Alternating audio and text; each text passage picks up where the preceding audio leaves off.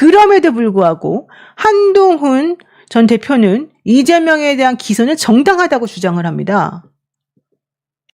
이재명 대통령에 대한 기소는 정당했다고 생각해요. 네. 제가 직접 한 건 아니지만 네. 이렇게 말씀드리죠. 이재명 당시 경기지사를 위해서 북한으로 수백만 달러의 돈이 간 게 아닙니까? 그 판결에서 다 나온 얘기예요. 이왕 판결에서. 그게 이재명 경기지사의 방북 대가라고 판결에까지 나온 얘기입니다. 그런데 뭐가 조작이라는 거예요? 뭐가 조작이라는 건지 구체적으로 얘기하고요.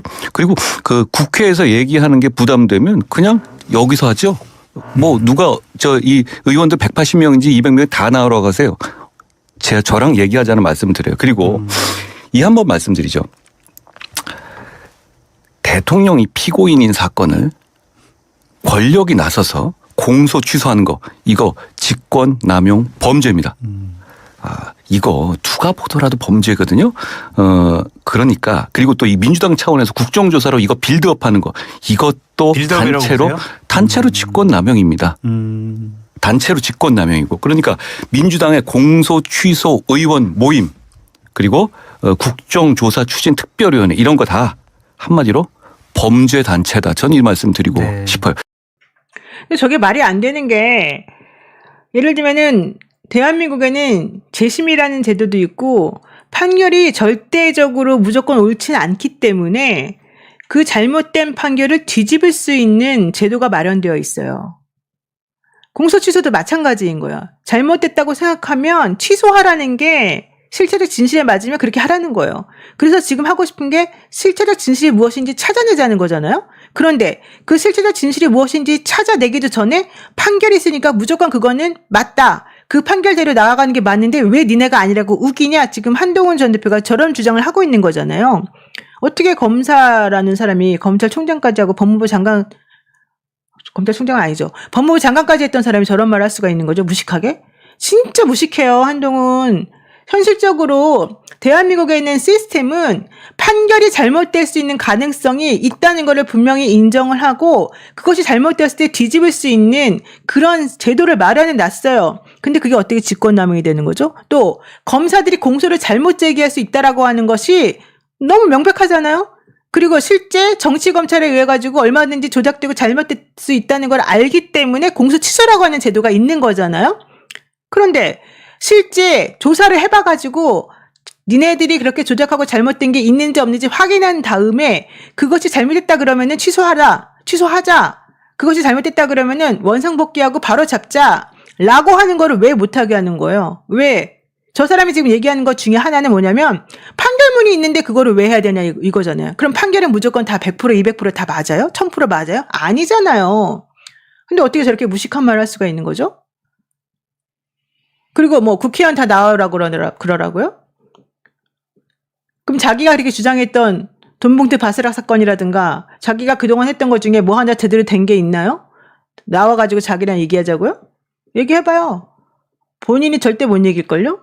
그러니까 이렇게 무식한 소리를 막 탁탁탁탁 해대면서 마치 자기가 뭔가 되게 막 전문적이고 정확하게 알고 있는 양 얘기하는 것 자체가 우리를 되게 무시하는 것이고 실제 저런 식으로 행동하는 것 자체가 준사법기관이라고 잘난 척했던 이 검사들의 행동을 못 믿게 만드는 그런 거잖아요.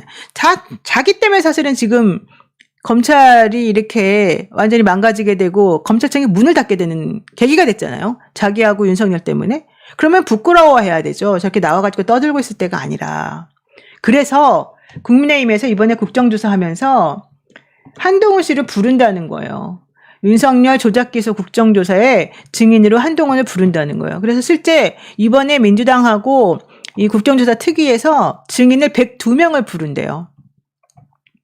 국조특위 야당 간사를 맡은 김영동 국민의힘, 조사 대상 7개 사건 중 대부분이 우리 정부 시기에 수사 기소가 이루어졌거나 현재 공소 유지 중인 사안들이다. 그쵸? 왜냐면 그 당시에 분명히 잘못된 공소 제기였다는 것을 의미하는 그러한 증거들이 지금 너무 많이 계속해서 나오고 있는 중이라서 그러는 거잖아요.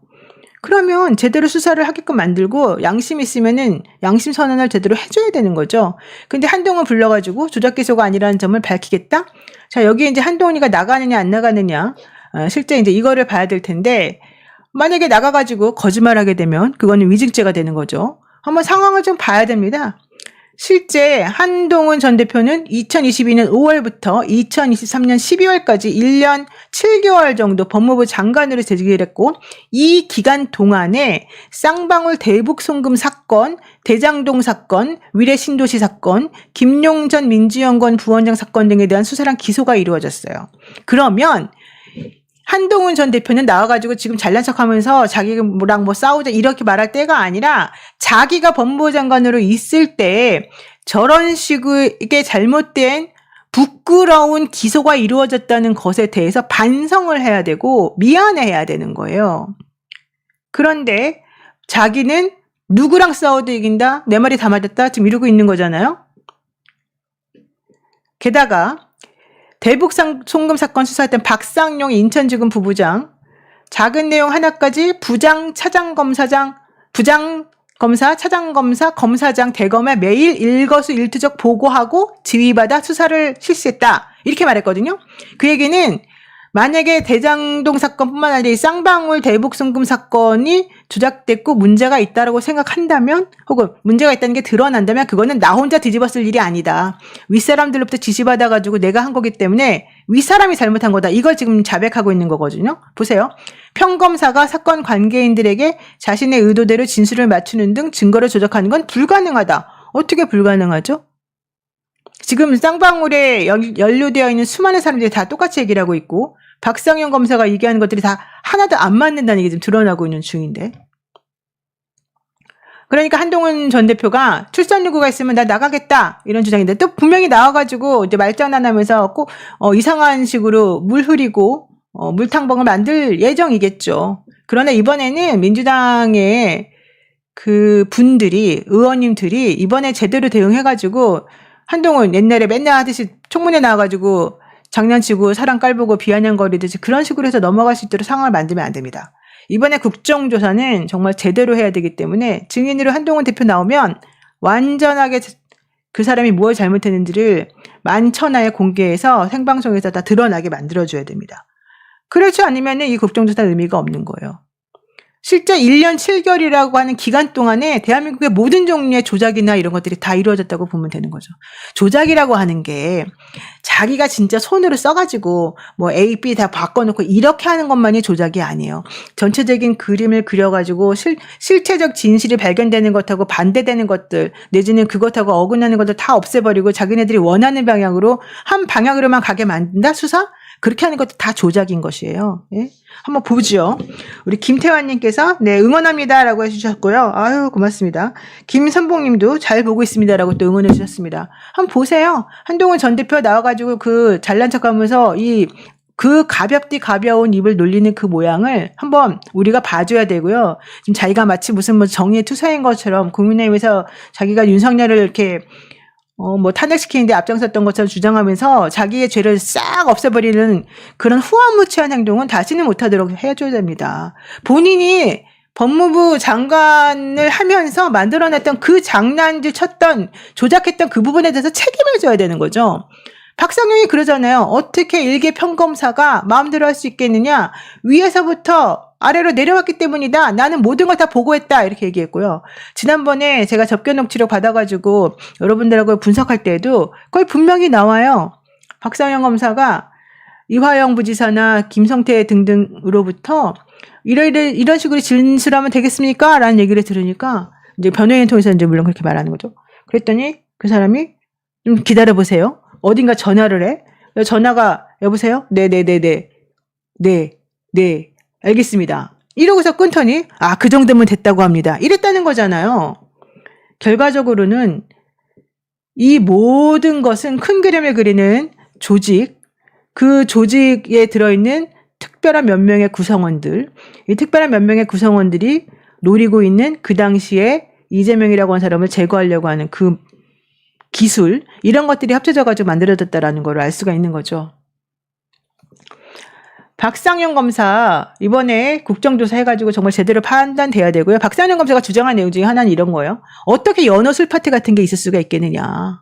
이런 얘기예요. 자, 파티라 그러니까 마치 엄청나게 대단한 것을 주장하는 것이냐 지금 이 사람은 얘기를 하고 있는데요. 뭐 예를 들면 우리 막 드레스 예쁜 거 입고 뭐 남자들은 뭐 이렇게 턱시도 같은 거 하고 뭐 바이올린 연주하고 이런 걸 말하는 게 아니에요. 교도소나 구치소에 수감되어 있는 사람이 밖에 나와가지고 4인이 돈을 지불한 도시락을 먹거나 평상시에 그들이 먹지 못하는 고급 도시락, 연어와 이렇게 썰어져가지고 나와 있는 그 도시락 있잖아요. 3만 원짜리, 뭐 5만 원짜리 이런 거를 먹을 수 있었다는 거. 그리고 어떻게 술을 먹어요? 구치소에 있는 사람들이. 근데 그런 것들을 페트병에 담아가지고 먹을 수 있게 해주는 거, 그게 바로 작은 의미의 파티라는 거잖아. 실제 이화영 지사가 말하는 연어술 파티라고 하는 건 그런 걸 말하는 거거든요. 근데 박상용은 그런 게 하나도 없었다? 하지만 지금 교도관들이 전부 다 아니다. 그때 박상용이 뭐라고 했는지 다 안다. 당신 그때 거짓말했다. 이거 다 지금 얘기되고 있는 거잖아요.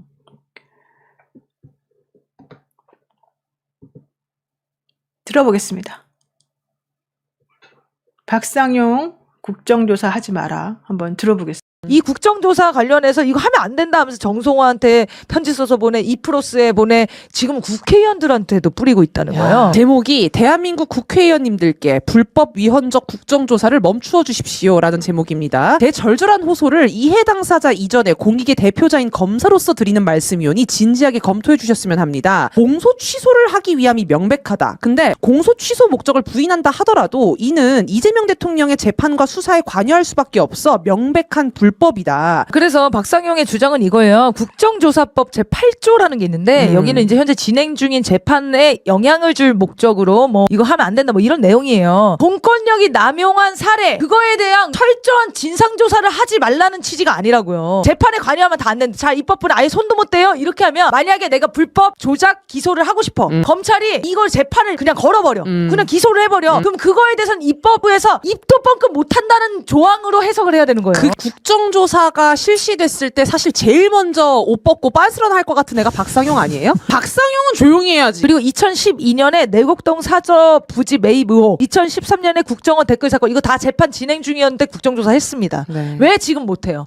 그리고 이건 명백히 조작 사건이고 조작 증거들이 넘쳐나고 있는데 검찰청에서 만약에 자체적으로 자정을 했으면 국정조사까지 왜 옵니까? 자정이 안 돼서 입법부가 견제해주는 거예요. 실제 그 이화영 부지사를 정기환 대표가, 스픽스 정기환 대표가 접견을 직접 갔거든요. 가가지고 이화영 부지사한테 정확히 물어봤다는 거예요. 박상용 검사가 당신에게 직접 진술을 유도하거나 거짓말을 해달라고 얘기한 게 있느냐.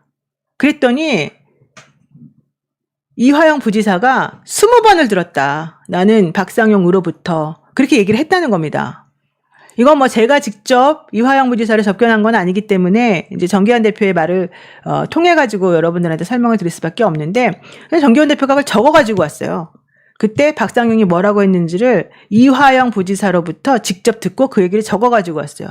근데 그 얘기가 20번도 넘게 그런 식으로 박상용으로부터 직접 얘기를 들었다는 거예요. 근데 박상용 검사가 좀 얘기하고 있는 거는 접견 녹취록 같은 거 이번에 공개된 것들을 보면 그런 거 없는 거 아니냐.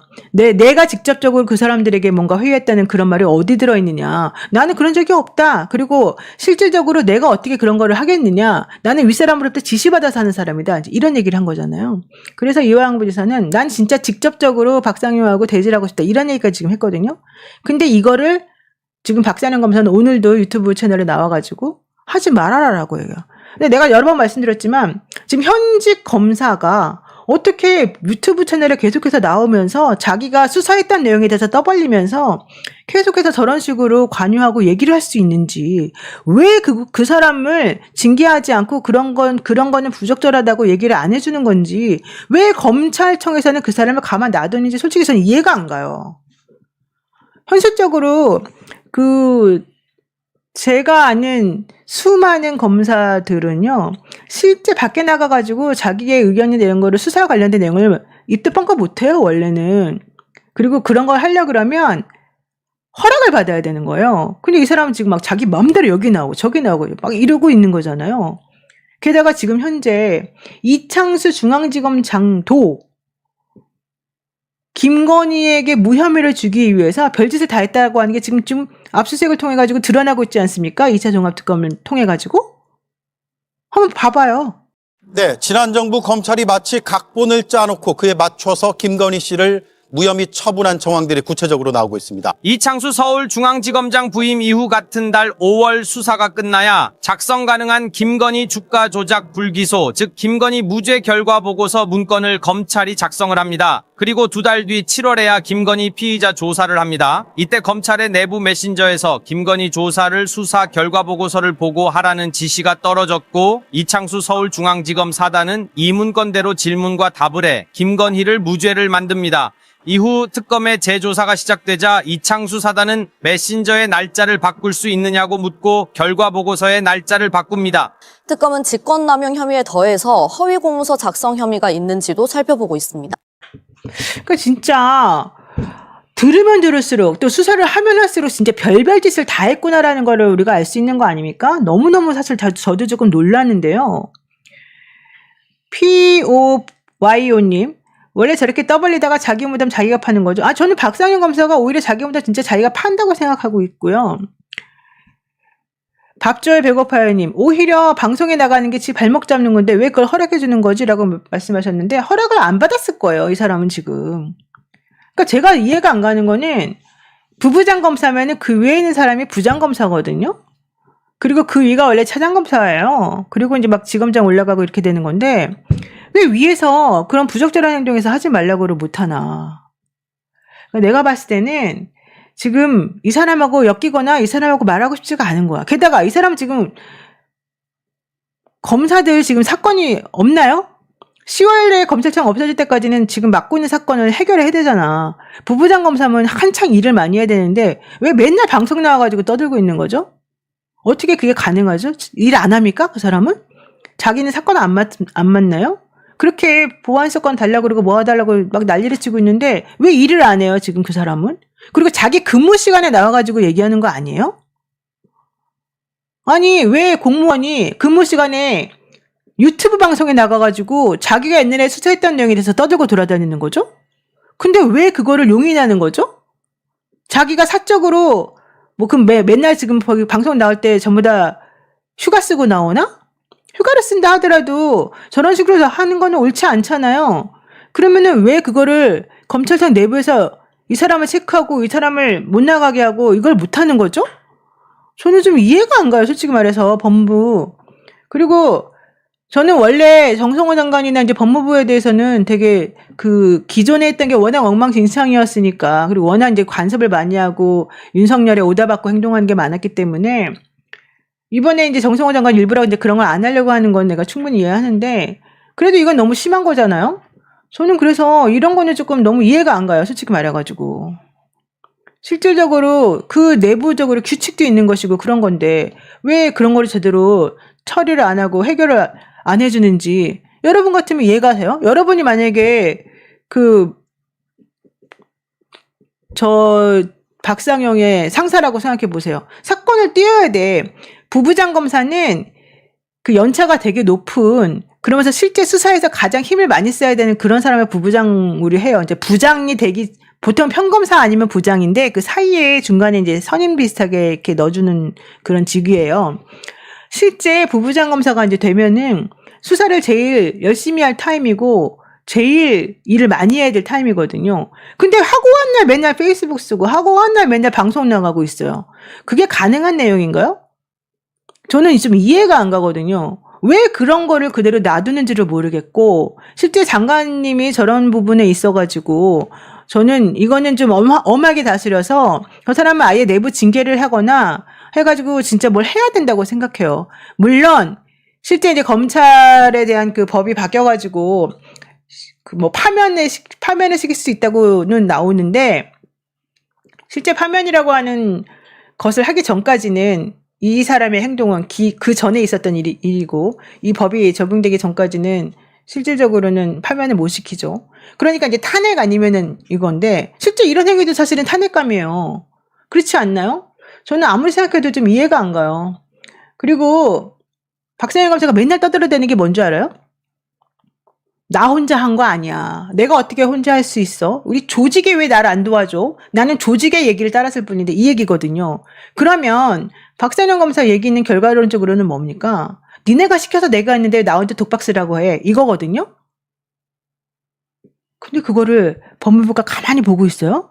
그래, 네 말이 맞아 이거예요? 저는 그거는 매우 잘못된 시그널이다. 그런 거를 허용한다는 것 자체. 아니, 어떤 현직 검사가 박상용체를 하고 돌아다니냐고요. 그게 말이 되냐고요. 이해가 안 되죠? 사건이 그렇게 막 밀려있다며. 그럼 그걸 처리를 해야 될 거 아니에요. 왜 처리를 안 하고 있냐고요. 이게 그 서울고검 TF에서 박상용을 참고인으로 불러가지고 조사를 하잖아요. 근데 그것과 별개로 이화영 부지사의 변호인들이 또 그리고 일반 시민단체에서 이 박상현 검사를 고소고발을 했어요.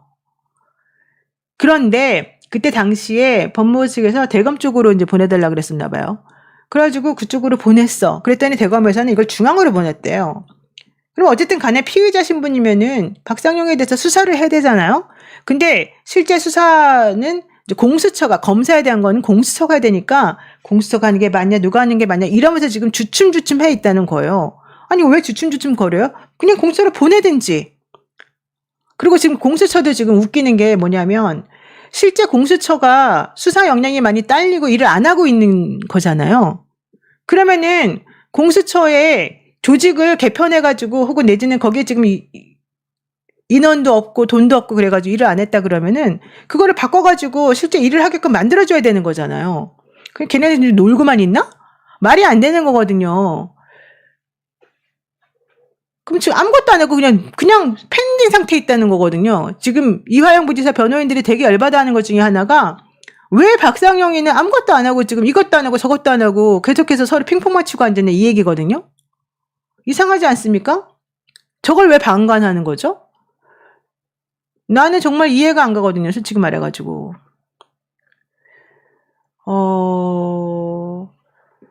그 부분에 있어서 대답을 한번 해줘 보세요. 우리 박상영 검사님께서 그 부분에 있어가지고 본인이 얘기할 만한 뭐가 있거나 변명할 게 있으면은 저한테 한번 보내줘 보세요. 그러면 제가 납득이 가면 내가 충분히 이해를 하고 넘어갈게요. 근데 그렇지 않으면 이 부분은 저는 법무부에도 좀 질의를 해서 정확하게 좀 따져봐야 될 거라고 생각을 합니다. 실질적으로 왜 이런 식으로 일이 안 돌아가고 왜 이 사람이 이렇게 막 자기 마음대로 휘젓고 돌아다녀도 내버려 두는지 이거는 분명히 물어봐야 될 것 같아요. 이 사람 때문에 지금 공기가 얼마나 나빠지고 있어요. 예? 정말 이해가 안 가고요. 어쩌면 박상영 검사가 주장하고 있는 그 윗선 혹은 조직으로부터 내가 뭐 얘기를 들어서 이것도 있을 수가 있어요. 실제 박상영 검사는 예전에 이 연어술 파티, 이화영 부지사에 대한 쌍방울 대북 송금 사건에서 연어술 파티만 시켜준 게 아니고 다른 사건에서도 그런 종류의 편의를 봐준 것 때문에 징계도 먹고 그랬었거든요. 전과가 있는 사람이란 말이에요. 근데 자기는 마치 절대 그런 일이 없는 것처럼 자기는 엄청나게 막 다 지켜가지고 억울하다는 듯이 지금 그러고 돌아다닐 때가 사실은 아니에요. 자, 오늘 충격적인 얘기는 이것이었습니다. 이화영 부지사가 박상용 검사로부터 20번 정도에 걸쳐서 회유를 받았는데 20번이요? 20번 제가 횟수를 계속 물었습니다. 몇 번 정도냐 수십 번이라고 해서 그것도 특정을 좀 해야 된다라고 하니까 20번은 된다라고 하면서 이재명만 불면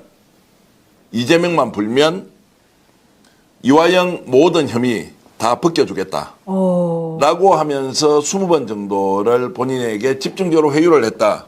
잠깐만요. 그 얘기를 직접 박상영 검사가 이화영 부지사에게 했다는 얘기입니까? 20번 정도를.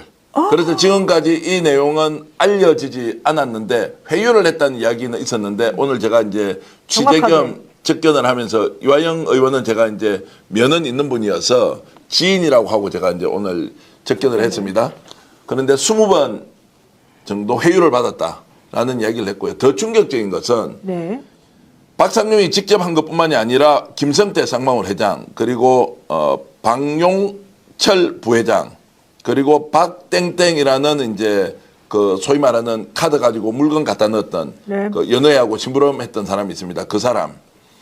이 세 사람은 실제로 이해 당사자거든요. 변호인 말고.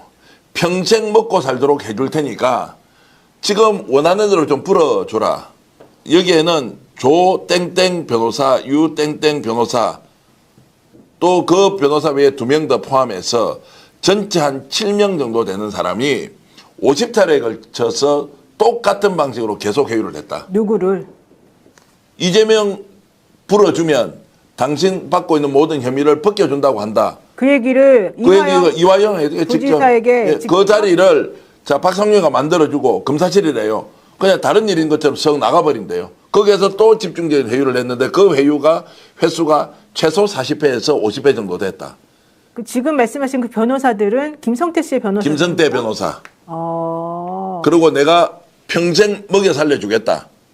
변호사가 그런 말을 한다고. 아니, 자, 이거는 뭐냐면 쌍방울 김성태 회장이 평생 먹여 살 거 줄 거 할 테니까 이재명만 불어라. 그냥 이재명한테 보고했다는 건 불어라.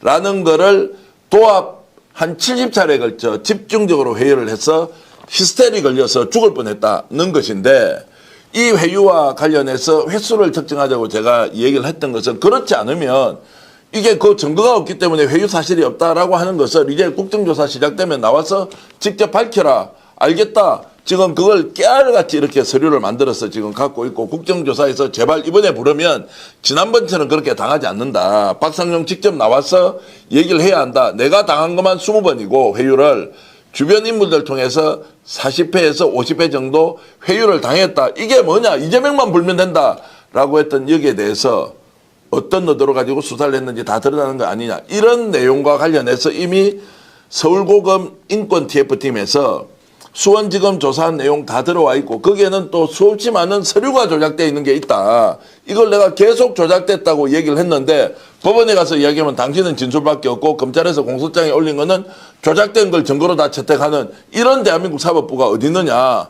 자기는 지금 불법으로 감금되어 있는 상태다. 이거 이번에 국정조사 때 반드시 밝혀달라. 그리고 수원구치소 당연히 와야 되고 그리고 수원지검도 가서 조사해야 되고 이걸 어떤 식으로든 생중계를 해야 된다. 국민들한테. 네. 뭐 이렇게 이제 강하게 지금 울분을 토하고 있었습니다. 아니 근데 박상현 검사는 자기는 절대 그런 일이 없다. 그리고 그거 관련해서 어떤 증거도 나오지 않았다 이러면서 아주 당당하게 말을 했고 실제 정계한 대표도 박상현 검사랑 직접 통화하면서 그런 얘기 듣지 않았습니까? 예, 뭐 양쪽 다 제가 취재를 하고 있고요. 그래서 이제 당사자의 주장이 이렇다는 거예요. 주장이 아니라 사실관계를 정리해보면 누가 진실인지 아닌지 판단할 수 있지 않습니까? 20번 정도를 회유 안 당한 사람이 20번 당했다고 얘기할 수도 없고 그 내용들이 하나하나 이제 담겨있고 증거로서도 인정할 수 없는 조작 서류가 검찰 수사 과정에서 수도 없이 제공이 되었고 그걸 법원에서 그대로 받아들인 것 자체가 말이 안 된다. 그리고 오늘도 최초 공개하고 있는 내용 하나가 자, 압수수색 영장을 본인이 처음 받았을 때 그게 지금 2022년도입니다. 구속되기 전이죠. 그때는 뭐냐면 김성태와 관련된 압수수색 영장을 가지고 자신을 압수수색했는데 검찰에서 왔는데 예, 포천 골프장 인허가와 관련돼서 편의를 봐준 것으로 수사를 시작했다는 거예요. 쌍방울에서 포천에서 골프장을 개발을 하고 있었던 모양이에요. 여기에서 뭔가 비위 혐의가 많이 생겼겠죠. 김성태가 탈세도 있죠. 횡령 배임도 있죠. 그리고 주가 조작도 있죠.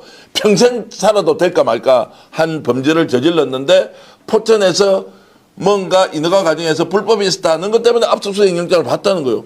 그런데 나는 이게 무슨 내용인지 모르는데 근데 경기도 부지사에 있었으니까 뭔가 거기에서 뭐 로비가 있었던 거 아니냐? 그래서 태무심하고 그 압수수색 영장을 받아봤다는 거예요. 그때는 대장동도 없고 대북 송금도 없고 아예 없이 포천에 있는 골프장 인허가와 관련된 내용으로 처음 시작했다. 이것도 꼭 좀 밝혀주라. 이 수사가 어떻게 출발했는지. 그러니까 쌍방울의 개발 비리와 관련된 인허가와 관련된 것을 원래 최초에 수사하려고 압수수색 영장이 발부됐었는데 네. 갑자기 그건 온데간데 없어지고 이재명 대통령의 방북 관련된 내용으로 그림이 막 그려져 갔다. 한참 뒤에 그러니까 대장동, 백현동 뭐 쭉 뭐 이런 걸 가면서 이제 가다 갈 길이 없으니까 이제 대북 송금까지 갔는데 그래서 첫 번째 이들이 압수수색 영장을 발부했을 때는 네. 쌍방울의 개발 사업과 관련된 특혜 시비에 뭔가 문제가 있는 거 아니냐라고 치고 들어왔다. 근데 이게 다 어디 갔느냐는 거. 이 수사를 했느냐 안 했느냐 따져봐라. 이거 다 봐주게 하고 넘어갔을 거다. 그것뿐만이 아니라 조세 포탈 있죠. 그리고 배임 횡령 있죠. 주가 조작 관련된 수도 없는 사건들이 있는데 한 명도 안 빠지고 다 지금 풀려나버렸다. 관련자 10명 5방 그리고 이 정도면 수십 년이 나올 건데 김성태가 1년 만에 나왔습니다. 그리고 김성태가 그럼 왜 지금 불지 않는 김성태가 진실 고백하면 되는 거 아니냐? 아니 김성태는 진실 고백을 하지 않는다. 일부에서는 진실 고백한다고 하는데 그거 절대 믿어서는 안 된다. 김성태는 만약에 진실을 고백해서 이것이 조작 사건이라고 하더라도 본인이 저질러 놓았던 일들 이거 지금 재수사하지 않습니까? 감옥에 가서 평생 살아도 모자란다. 그래서 또 부탁하는 게 있습니다. 제발 경찰 특수본에서 나서고 이것 좀 사건 수사 좀 해달라. 본인이 여기에서 당하고 있는 것으로는 부족하고 이 과정에서 조작날조 수사의 피해자는 본인인데 조작날조 수사의 수혜자도 있는 거예요. 김성태잖아요. 네. 이거 지금 수사 다 해야 되는데 인제에서 왜 수사 못하느냐라는 것들을 꼭 좀 나가면 스픽스가 언론으로서 국민들한테 좀 알려달라 이런 이야기도 했습니다. 네, 우선 백정화 여사 이화영 부지사의 부인입니다. 한번 얘기 들어보도록 하겠습니다. 너무나 빨리 대법원까지 후다다다 확정이 되고 박상용은 또 그렇게 얘기하잖아. 이미 기결이 됐고 재판 받았는데 뭘 주장하느냐 이렇게 얘기를 하는데 정말 속상하거든요. 그러니까 여기에 여러 부분에 지금 복합적인 조작 수사가 다방면에 걸쳐서 일어났다라는 걸 느끼겠어요. 저거 무슨 얘기입니까? 자, 지금 이제 하나하나 사실들을 가지고 와서 보니까 이제 백정화 여사도 이제 그 부부 관계고 사건 하나하나를 일일이 다 알기 어렵지 않습니까? 오늘 이제 강덕구 의원이 정말로 최고위원으로서 같이 가줘서 너무 고맙더라고요. 함께 얘기를 하는데 쭉 설명하는 거를 이제 한 30분 정도 듣고 충분히 이해를 하고 이제 빨리 수사를 해야 하고 두 번째는 지금까지 수사됐던 내용의 그 잘못들 재판 과정에서 밝혀야 한다는 이제 그런 이야기고요. 오늘 뭐 방송 시간이 제한돼 있기 때문에 내일 오후 1시에 김광민 변호사가 직접 우리 스픽스에 출연을 해서 오후 1시에 이 부분과 관련해서 집중적으로 1시간 동안 어떤 내용으로 이화영 부지사가 지금 얘기를 하고 있는지 국정조사가 얼마나 중요한지 국정조사 또 특위위원장이 서영교 의원이니까 천만다행이다. 이번에 반드시 진실을 밝히자. 그리고 최고위원인 강덕구 의원도 이 문제를 국회 차원에서 할 수 있는 만큼 최선을 다해서 이걸 밝혀낸다. 이화영 걸 밝혀내면 이재명 대통령이 얼마나 억울함을 당했는지 그리고 그렇지 않은 수없이 많은 검찰의 조작 날조 수사 때문에 당하고 있는 국민들에게도 구제를 할 수 있는 길이 열린다라는 말씀을 하셨습니다. 네.